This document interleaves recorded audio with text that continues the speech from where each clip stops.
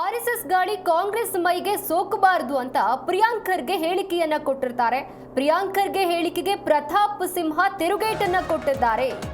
RSS ಗಾಳಿ ಕಾಂಗ್ರೆಸ್ ಮೈಗೆ ಸೋಕಬಾರದು ಅನ್ನುವಂತಹ ಹೇಳಿಕೆಗೆ ಹೇಳಿಕೆ ವಿಚಾರಕ್ಕೆ ಸಂಬಂಧಪಟ್ಟಂತೆ ಪ್ರಿಯಾಂಕ್ ಖರ್ಗೆ ಹೇಳಿಕೆಗೆ ಪ್ರತಾಪ್ ಸಿಂಹ ತಿರುಗೇಟನ್ನ ಕೊಟ್ಟಿರುವಂತದ್ದು. ಪ್ರಿಯಾಂಕ್ ಖರ್ಗೆ ಅವರೇ, ಆರ್ಎಸ್ಎಸ್ 1925ರಲ್ಲಿ ಪ್ರಾರಂಭವಾಯಿತು. ವ್ಯಕ್ತಿತ್ವ ನಿರ್ಮಾಣ, ರಾಷ್ಟ್ರ ನಿರ್ಮಾಣ ಆರ್ಎಸ್ಎಸ್ನ ಕೊಡುಗೆ. ಕಲಬುರ್ಗಿಯನ್ನ ಆಳಿದ ಸುಲ್ತಾನ್ ರವರ ಕೊಡುಗೆ ಏನು ಅಂತ ಪ್ರಶ್ನೆಯನ್ನ ಮುಂದಿಟ್ಟಿದ್ದಾರೆ.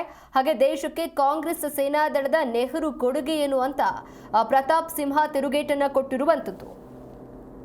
ಪ್ರಿಯಾಂಕ್ ಖರ್ಗೆ ಇತ್ತೀಚೆಗೆ ನಮ್ಮ ಪಕ್ಷದ ನೇತಾರರಾಗಿರುವಂಥ ಜಗದೀಶ್ ಶೆಟ್ಟರ್ ಅವರನ್ನ ಟೀಕೆಯನ್ನು ಮಾಡ್ತಾ RSS ಈ ದೇಶಕ್ಕೆ ಕೊಟ್ಟಿರುವಂತಹ 10 ಕೊಡುಗೆಗಳನ್ನು ದಯವಿಟ್ಟು ಹೇಳಿ ಅಂತ ಕೇಳಿದರು.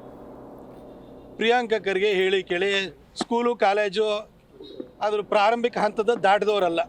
ಅದಕ್ಕೋಸ್ಕರ ಅವರಿಗೆ ಆ ಪ್ರಶ್ನೆಯನ್ನು ಇಟ್ಕೊಂಡೆ ಇವತ್ತಿನ ಅವರ RSSನ ಗಾಳಿನೂ ಕೂಡ ತಾಗಬಾರ್ದು ಅಂತ ಹೇಳ್ತಾರಲ್ಲ, ಅದಕ್ಕೆ ಉತ್ತರವನ್ನು ಕೊಡ್ತೀನಿ. ಪ್ರಿಯಾಂಕ್ ಖರ್ಗೆ ಅವರೇ, RSS ಪ್ರಾರಂಭ ಆಗಿದ್ದು 1925ರಲ್ಲಿ. ಅದು ಒಂದು ನಾನ್ ಗವರ್ನಮೆಂಟಲ್ ಆರ್ಗನೈಜೇಷನ್. ಅದು ಸಮಾಜ ಕಾರ್ಯವನ್ನು ಮಾಡುವಂಥ, ಮನಸ್ಸುಗಳನ್ನು ಪರಿವರ್ತನೆಯನ್ನು ಮಾಡುವಂತಹ, ವ್ಯಕ್ತಿತ್ವವನ್ನು ನಿರ್ಮಾಣ ಮಾಡುವಂಥ ಆರ್ಗನೈಜೇಷನ್ನು.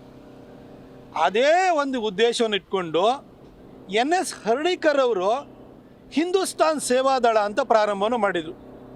ಕೊನೆಗೆ ಅದನ್ನು ಕಾಂಗ್ರೆಸ್ ತೆಕ್ಕೆಗೆ ತೆಗೆದುಕೊಂಡು ಕಾಂಗ್ರೆಸ್ ವರ್ಕಿಂಗ್ ಕಮಿಟಿ ಅದರ ಕೆಳಗಡೆ ತಂದು ಅದನ್ನು ಕಾಂಗ್ರೆಸ್ ಸೇವಾದಳ ಅಂತ ಹೇಳಿಬಿಟ್ಟು 1930-31ರಲ್ಲಿ ಅದಕ್ಕೆ ಮರುನಾಮಕರಣವನ್ನು ಮಾಡ್ತಾರೆ.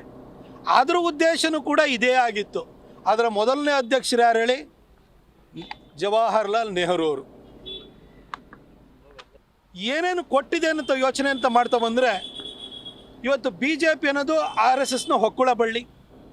ಅದೇ ರೀತಿ ನಿಮ್ಮ ಸೇವಾದಳ ಕಾಂಗ್ರೆಸ್ಸು ಎರಡನ್ನೂ ಕೂಡ ಒಟ್ಟಿಗೆ ಸೇರಿಸ್ಕೊಂಡು ಅದರ ಕೊಡುಗೆಯನ್ನು ನೋಡೋಣ.